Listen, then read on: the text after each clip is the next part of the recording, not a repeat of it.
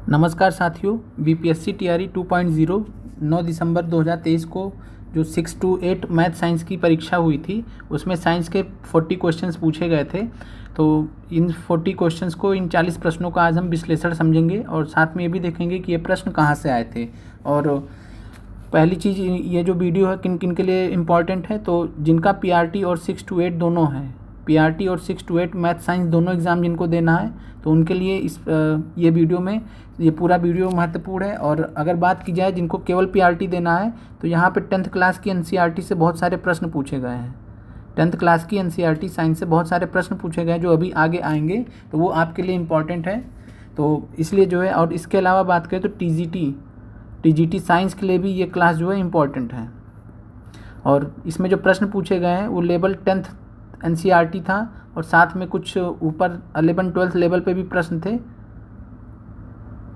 लेकिन जो, जैसा कि मैंने पहले भी बता रखा कि 6 to 8 तक के जो अभ्यर्थी हैं उनको केवल 10th मैथ और 10th साइंस तक फोकस करना है, क्योंकि 12th तक आप कर नहीं पाएंगे और एग्ज़ाम में इतना ज़्यादा क्वेश्चंस भी नहीं आता है। जो आता है वो 10th लेवल पे ही आता है।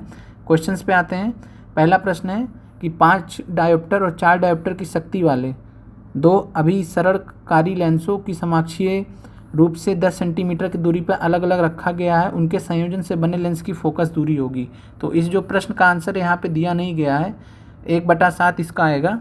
तो जो फोकस दूरी इसका आएगा 1/7 आएगा, और यहाँ पे है नहीं, तो आपका जो आंसर हो जाएगा उपयुक्त में से कोई नहीं। और बाकी इसका जो सलूशन हो काफ़ी ज़्यादा कॉम्प्लेक्स है, क्रिटिकल है काफ़ी, तो इसलिए उसको हम यहाँ पर नहीं करा रहे हैं।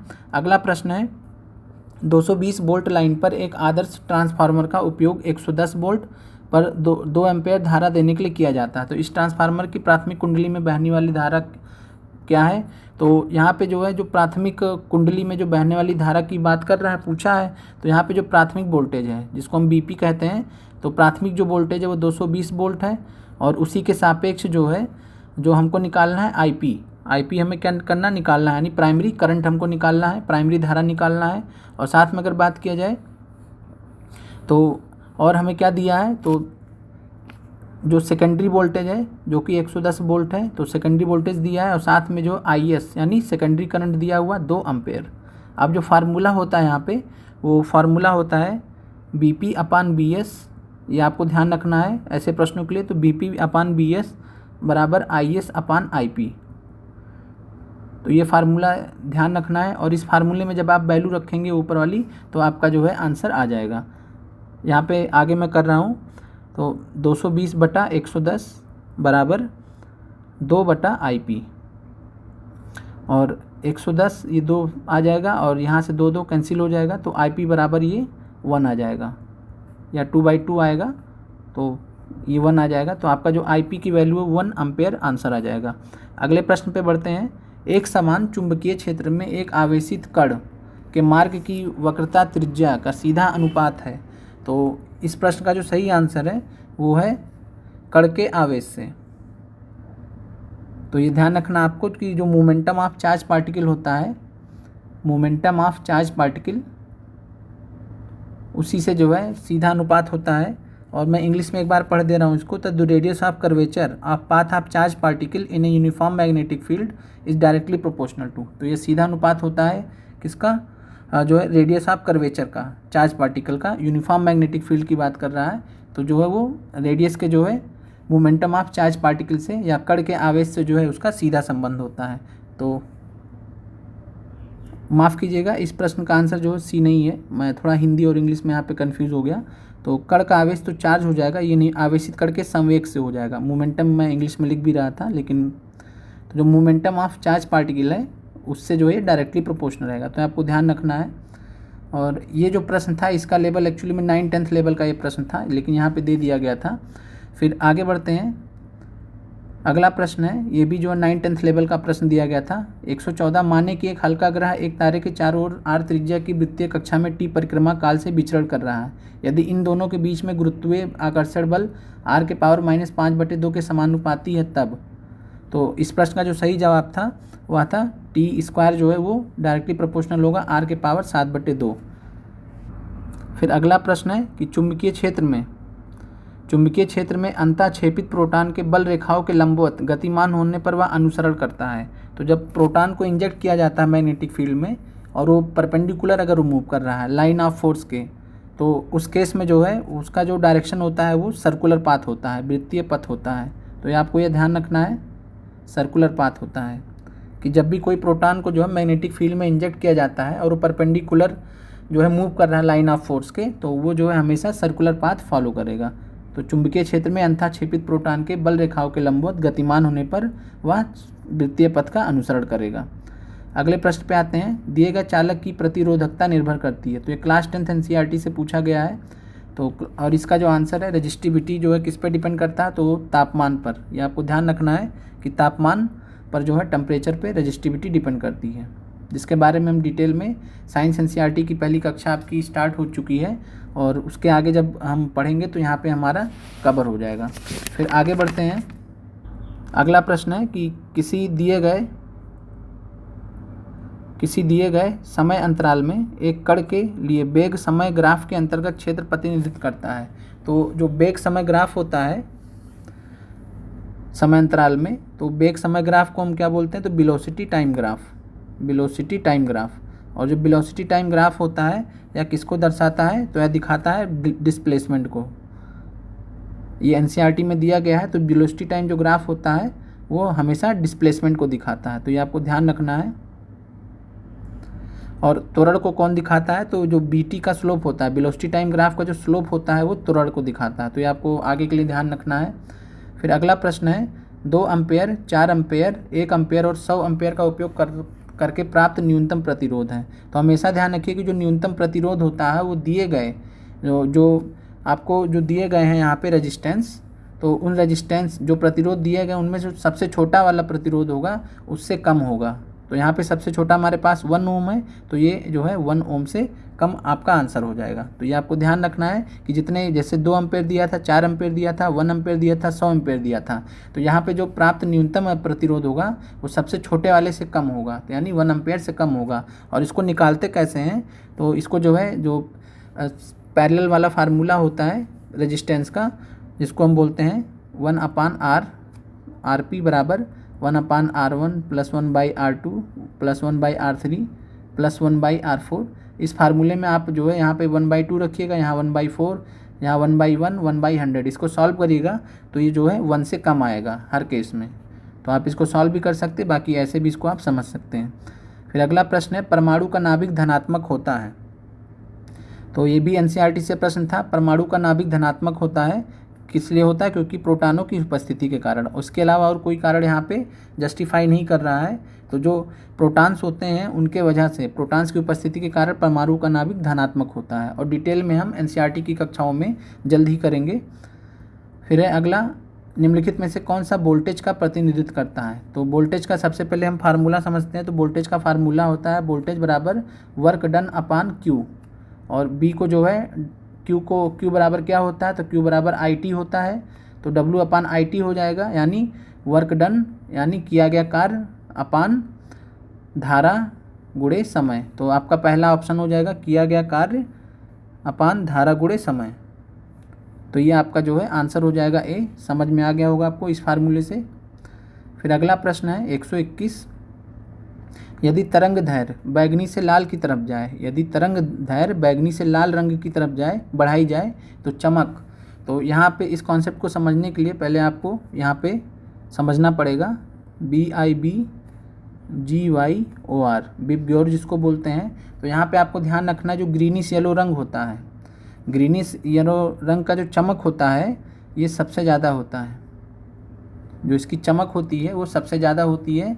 तो जब हम यदि तरंग दैर्घ्य बैगनी से लाल, यानी बैगनी से जब हम लाल की तरफ जा रहे होंगे, ऐसे जा रहे होंगे लाल की तरफ, तो सबसे पहले क्या होगा, वायलेट से ज़्यादा होगा इंडिगो का, इंडिगो से ज़्यादा होगा ब्लू का, और ब्लू से ज़्यादा होगा ग्रीन येलो का, ग्रीन येलो का सबसे ज़्यादा होता है।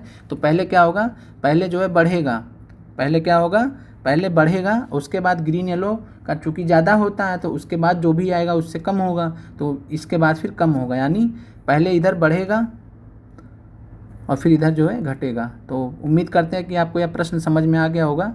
तो पहले जो है यहाँ पे क्या होगा, पहले बढ़ेगी फिर घटेगी। तो तरंग दैर्घ्य बैगनी से लाल की तरफ जाए तो चमक जो है पहले बढ़ेगी, ग्रीन येलो तक बढ़ेगी, फिर ग्रीन येलो के बाद घटने लगेगी। फिर अगला प्रश्न है, यदि प्रकाश के एक सीधी रेखा में चलते चलते एक लघु किंतु स्थिर मोड़ से मुड़ जाए तो यह घटना है। तो आप सभी जानते हैं कि यह घटना जो किसकी है, रिफ्रैक्शन की है, रिफ्रैक्शन की है। और चूंकि यहाँ पे विकल्प में दिया नहीं गया है और इसलिए जो है आपका आंसर जो हो जाएगा उपयुक्त में से कोई नहीं। तो ये रिफ्रैक्शन का जो है यहाँ पे डिफिनीशन कह लीजिए या उदाहरण दिया गया कि प्रकाश जब एक सीधी रेखा में चलते चलते लघु किंतु स्थिर मोड़ से मुड़ जाता है तो इसको रिफ्रैक्शन बोलते हैं। आगे बढ़ते हैं, दो गोलियां एक साथ एक स्थान से किंतु अलग अलग गति से क्षैतिज दिशा में दागी जाती हैं, कौन सी गोली मैदान को पहले भेदेगी। तो ऐसे प्रश्नों का आप जो है हमेशा जो है ध्यान रखिएगा कि दोनों जो है एक साथ भेदेंगी। तो ये ध्यान रखना है कि जो दोनों गोलियां हैं वो एक साथ पहुंचेंगी, दोनों एक साथ भेदेंगी। ऐसे प्रश्नों में समान ही होता है। फिर आगे बढ़ते हैं, यदि वृत्ताकार गति करते किसी पिंड की चाल एवं त्रिज्या दोनों को दुगना कर दे तो अभिकेंद्रीय त्वरण का परिमाण होगा। तो इसका जो फार्मूला होता है सेंट्रीपिटल एक्सीलरेशन, अभिकेंद्रीय त्वरण सेंट्रीपिटल एक्सीलरेशन। तो इसका जो फार्मूला होता है वो होता है mv²/r। और यहाँ पे बोल रहे हैं कि जो है चाल एवं त्रिज्या दोनों को दुगना कर दे, यानी b² को यहाँ पे b बराबर यहाँ क्या रख दे, 2b रख दे और r बराबर 2r रख दें। आइए रखते हैं। तो यहाँ पे जो है mv²/r है, तो m है और b की जगह हम 2b रखते हैं और 2b का स्क्वायर है और यहाँ पे 2r रखते हैं। तो ये सॉल्व होके क्या बचेगा, तो m 2b का स्क्वायर 4b का स्क्वायर हो जाएगा, 4b² और ये 2r रह जाएगा। तो 2 से कैंसिल हो जाएगा। तो इस प्रकार जो है 2mv²/r बचेगा, है ना। 2 से 2 डिवाइड हो जाएगा तो 2 यहाँ बचेगा। तो 2mv²/r यानी mv²/r जो एक्चुअल में था तो उसका कितना हो गया, 2 गुना। तो आपका जो आंसर हो जाएगा वह हो जाएगा 2 गुना। तो आशा करते हैं आपको प्रश्न समझ में आ गया होगा। आगे बढ़ते हैं, अगला प्रश्न है कि निम्नलिखित में से कौन सी अभिक्रिया विस्थापन अभिक्रिया को दर्शाती है। तो विस्थापन अभिक्रिया जिसको हम डिस्प्लेसमेंट रिएक्शन बोलते हैं। तो डिस्प्लेसमेंट रिएक्शन में क्या होता है कि एक जो ज़्यादा रिएक्टिव मेटल होता है वो दूसरे रिएक्टिव एलिमेंट को हटा देता है। तो डिस्प्लेसमेंट रिएक्शन में जो ज़्यादा रिएक्टिव होता है वो कम रिएक्टिव को हटा देता है। अब हम उदाहरण देखते हैं। तो जो पहला ऑप्शन है MgCO3 MgO + CO2, तो हम ये देख पा रहे हैं कि ये जो है किस रिएक्शन का उदाहरण है। तो यह जो है आपका डिकम्पोजिशन रिएक्शन का उदाहरण है, डिकम्पोजिशन जिसको वियोजन बोलते हैं। तो वियोजन अभिक्रिया या डिकम्पोजिशन रिएक्शन का उदाहरण है। और अगर बात किया जाए जो दूसरा ऑप्शन है 2H2 + O2, NCERT में दिया हुआ है, ये सब एग्जाम्पल आपके NCERT क्लास 10th में दिए गए हैं। तो जो 2H2 + O2 है, 2H2O बना रहा है, ये कॉम्बिनेशन रिएक्शन का उदाहरण है, संयोजन अभिक्रिया का उदाहरण है। कंबाइन कर रहा है H2 + O2, तो ये कॉम्बिनेशन रिएक्शन या संयोजन अभिक्रिया का उदाहरण है।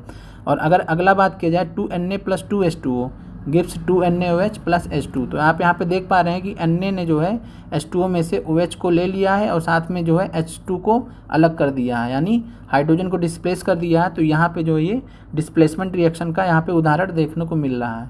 तो आपका आंसर सी हो जाएगा। आगे बढ़ते हैं, क्यों मुख्य रूप से कार्बन सहसंयोजक बंधन द्वारा यौगिक बनाता है। तो ये भी क्लास 10th NCERT से जो carbon and its compound, carbon और उसके यौगिक वाला चैप्टर है, वहाँ से ये सारे ऑप्शंस लिए गए हैं। और हम NCERT की क्लासेस स्टार्ट कर चुके, तो वहाँ पे ये कवर हो जाएंगी चीज़ें।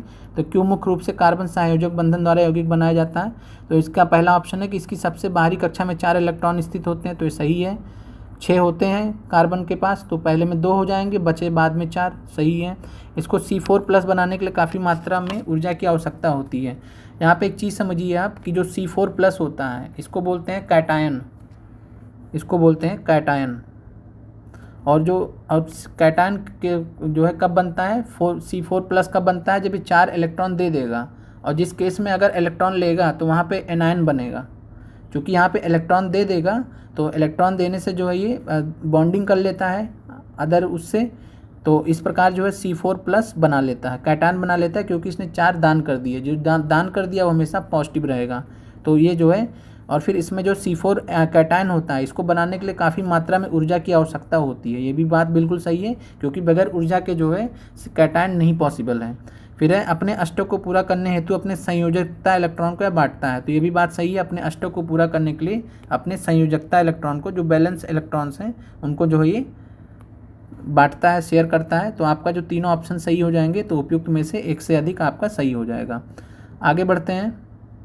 सोडियम कार्बोनेट एक क्षारक लवण है क्योंकि, और इस प्रश्न को समझने से पहले यहाँ पे आपको एक कॉन्सेप्ट समझना है। कॉन्सेप्ट है कि जो है बेसिक जो साल्ट और एसिड का, ठीक है। तो यहाँ पे बोल रहा है कि सोडियम कार्बोनेट एक क्षारक लवण है क्योंकि यह लवण है, तो साल्ट है। तो हमेशा ध्यान रखिए कि जो चीज़ का यहाँ पे दिया गया है, जैसे यहाँ पे क्षारक लवण दिया है तो बेसिक साल्ट दिया है, बेसिक साल्ट दिया गया है। अगर ये बेसिक साल्ट है तो जाहिर सी बात है ये जो है इसका अम्ल जो होगा वो कमज़ोर होगा, और जो क्षार होगा ये नहीं हो पाएगा। तो जो कमज़ोर अम्ल होगा तथा प्रबल क्षार हो जाएगा। तो आपका जो आंसर हो जाएगा, और यहाँ पे जो है इस चीज़ को आप समझिए कि जो स्ट्रॉन्ग बेस होता है plus strong acid, strong base plus week based, strong base plus weak acid. तो ध्यान रखना आपको कि जब जो चीज़ स्ट्रॉन्ग रहेगा, अगर ये वीक है ये स्ट्रॉन्ग है, तो जो स्ट्रॉन्ग रहेगा उसी का सॉल्ट बनेगा, यानी स्ट्रॉन्ग यानी जो साल्ट बनेगा वो बेसिक सॉल्ट होगा। तो यहाँ पे जो है बेसिक सॉल्ट बनेगा। जो साल्ट बनेगा एसिड और बेस के रिएक्शन से क्या बनता है, तो साल्ट बनता है।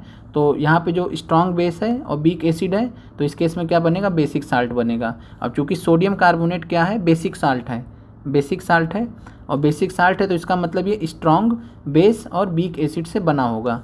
तो आपका आंसर हो जाएगा कि कमज़ोर अम्ल रहा होगा, प्रबल क्षार रहा होगा। और इसके आगे ये यहाँ पे एक चीज़ और समझ लेते हैं कि अगर बात किया जाए कि NaOH और HCl का उदाहरण लिया जाए, से इसको डिलीट कर दिया गया, और पिछले वाले प्रश्न को हम फिर से देख लेते हैं। तो यहाँ पे जो है प्रकाश की उपस्थिति में बेंजीन जो है ये बेंजीन हेक्साक्लोराइड बनाएगा, और यहाँ पे जो है 3 डबल बॉन्ड होते हैं प्लस 3Cl2, और सनलाइट की उपस्थिति में, तो लाइट की उपस्थिति में, और ये क्या बनाता है, बेंजीन हेक्साक्लोराइड, और सभी सिरों पे जो है क्लोरीन आ जाएगा। और साथ में अगर बात किया जाए अगले प्रश्न की, तो यहाँ पे चूने को जलाने पर कैल्शियम ऑक्साइड तथा कार्बन डाइऑक्साइड प्राप्त होने की प्रक्रिया है। तो इस प्रश्न का जो सही आंसर है, ये क्वेश्चन गलत था तो इस वजह से जो है इसको डिलीट कर दिया गया था, और कारण था कि यहाँ पे जो है कैल्शियम कार्बोनेट होना चाहिए। चूने को जलाने पर कैल्शियम ऑक्साइड तथा कार्बन डाइऑक्साइड नहीं प्राप्त होता है, यहाँ होना चाहिए था कैल्शियम कार्बोनेट। तो कैल्शियम, इसको सही कर लेते हैं, तो चूने को हटा देते हैं। कैल्शियम कार्बोनेट को जलाने पर हमें क्या मिलता है, CaCO3 को जब हम जलाते हैं तो कैल्शियम ऑक्साइड मिलता है प्लस कार्बन डाइऑक्साइड मिलता है। तो ये प्रक्रिया किसकी प्रक्रिया है, तो ये प्रक्रिया जो है अपघटन प्रक्रिया है, जिसको हम डिकम्पोजिशन रिएक्शन बोलते हैं, जहाँ एक जो पदार्थ है वो एक से अधिक में टूट रहा है। तो ये डिकम्पोजिशन, अपघटन या वियोजन नहीं होएगा, तो डिकम्पोजिशन रिएक्शन का ये उदाहरण है। तो ये आपको ध्यान रखना है। फिर आगे बढ़ते हैं, और इसको जो है अपघटन प्रक्रिया को वियोजन भी बोलते हैं, तो ये भी ध्यान रखना आपको। फिर अगला प्रश्न है, एक घोल कुचले हुए अंडे के छिलके के साथ प्रतिक्रिया करके गैस देता है जो चूने के पानी को दूधिया बना देता है, घोल में शामिल है। तो यह प्रश्न NCERT से पूछा गया था। और जो आपको यहाँ पे ध्यान रखना, जो रिएक्शन हुआ, जो घोल कुचला हुआ अंडा रहता है, तो जो वो अंडा एग सेल रहता है, तो उसमें क्या रहता है, कैल्शियम कार्बोनेट। तो उसमें जो है हमने HCl के साथ में रिएक्शन कराया 2HCl, और ये हमको क्या बना के देगा, CaCl2, और साथ में जो है H2O प्लस CO2। और CO2 के बारे में आप जानते हैं कि चूने के पानी को दूधिया बना देता है, तो घोल में शामिल है। तो जाहिर सी बात है किससे रिएक्शन कराया गया था, HCl से रिएक्शन कराया गया था। तो आपका जो है आंसर हो जाएगा HCl। और CaCO3 किसके लिए यूज़ हुआ, तो घोल के लिए। जो घोल कुचला हुआ अंडा का जो छिलका रहता है, तो जो यहाँ पे कुचले हुए अंडे का छिलका है वो कैल्शियम कार्बोनेट उसके लिए इस्तेमाल हो रहा है। और जो साथ में जो है 2HCl के साथ में रिएक्शन हुआ, तो कैल्शियम क्लोराइड और साथ में H2 प्लस CO2, और CO2 क्या करता है, चूने के पानी को दूधिया बना देता है। ये देखते हैं कैसे बना देता है। तो चूने के पानी को हम क्या बोलते हैं, चूने के पानी या को हम लाइम वाटर बोलते हैं या कैल्शियम हाइड्रोक्साइड बोलते हैं। तो calcium hydroxide plus carbon dioxide से रिएक्शन हुआ तो ये कैल्शियम कार्बोनेट बना, और ये कैल्शियम कार्बोनेट बना तो ये जो है दूधिया रहता है, तो ये मिल्की कलर रहता है या दूधिया कलर का बन जाता है, तो इसीलिए इसको बोला गया। तो आपका आंसर हो जाएगा HCl, और आपको रिएक्शन भी मैंने बता दिया। फिर आगे बढ़ते हैं, और जो पिछला प्रश्न था और साथ में ये भी जो प्रश्न था ये भी NCERT से पूछा गया था, और लगातार प्रश्न NCERT से पूछे गए थे। सिंपल सा प्रश्न है, NaOH के 10 ml घोल को दिए गए HCl के 8 ml घोल द्वारा पूरी तरीके से उदासीन पाया जाता है। यदि हम NaOH के समान घोल 20 ml मिला देते हैं तो इसे उदासीन करने के लिए HCl घोल की आवश्यक मात्रा होगी। तो सिंपल सा है कि 10 NaOH जो है ये 8 से बराबर कर रहा है, उदासीन कर रहा है। तो अगर यहाँ पे 20 करना है तो यानी 2 टाइम्स हुआ, तो यहाँ भी 2 टाइम्स हो यानी 16 हो जाएगा, और ऑप्शन नहीं दिया तो उपयुक्त में से कोई नहीं हो जाएगा। और इस प्रश्न का मैं आपको दिखाता हूँ।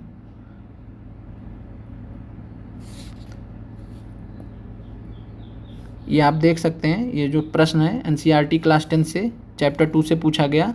एक तो पहला वाला जो अंडे के छिलके वाला था HCl आंसर था, और फिर उसके बाद 10 ml वाला जो प्रश्न है आपका, तो ये भी जो आप देख पा रहे हैं कि NCERT से प्रश्न हूबहू कॉपी किए गए हैं। और आगे बढ़ते हैं, अगले प्रश्न पे आते हैं। तो pH पेपर पर तरल नमूने की एक बूंद डालने पर देखा गया कि pH पेपर का रंग नीला हो जाता है। नीला रंग हो गया, इसका मतलब क्षार होगा कोई, है ना, बेस होगा कोई, नीला रंग हो गया है।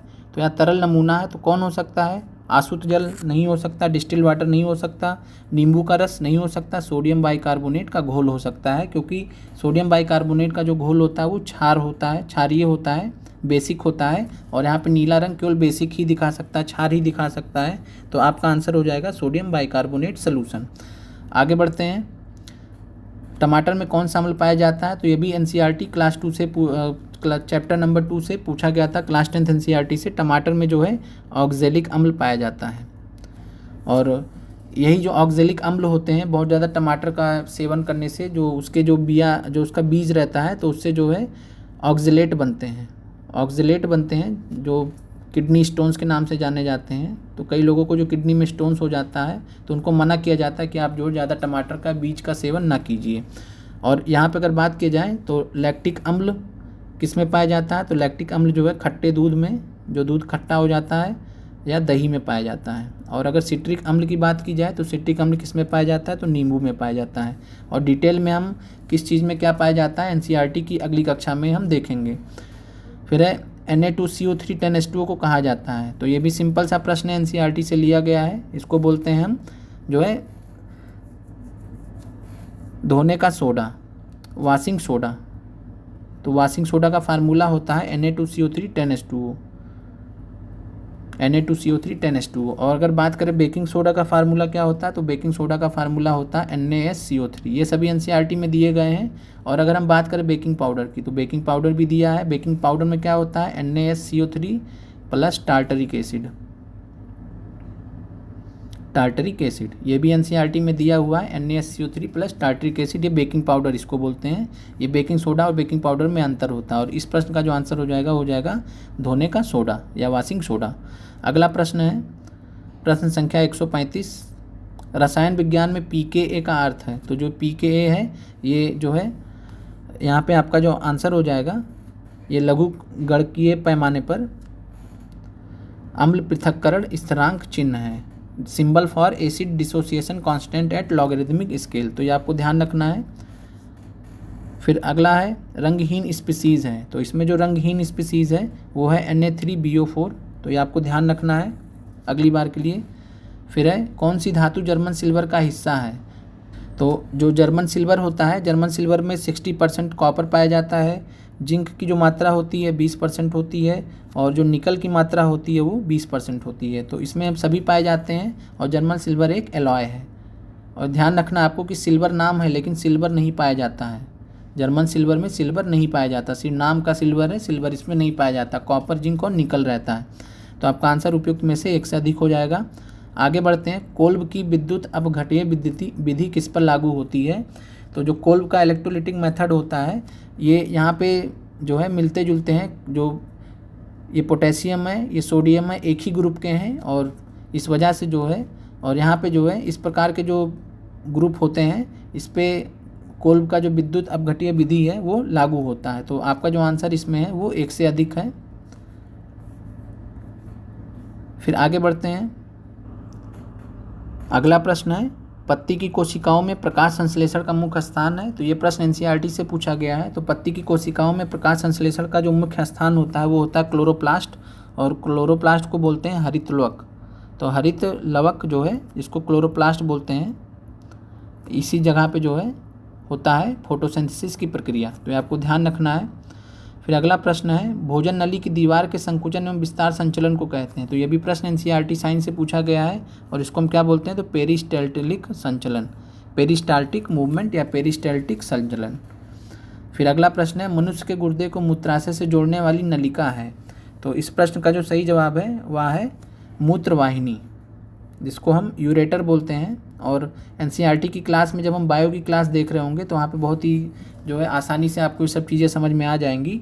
और जो नेफ्रॉन होता है ये यूनिट होता है, इसके बारे में भी हम जब किडनी के बारे में पढ़ेंगे तो वहाँ पे पढ़ेंगे। तो आपका जो सही जवाब हो जाएगा वो हो जाएगा मूत्रवाहिनी यूरेटर। ये मनुष्य में गुर्दे को मूत्राशय से जोड़ने वाली नलिका है, ट्यूब है। फिर अगला प्रश्न है,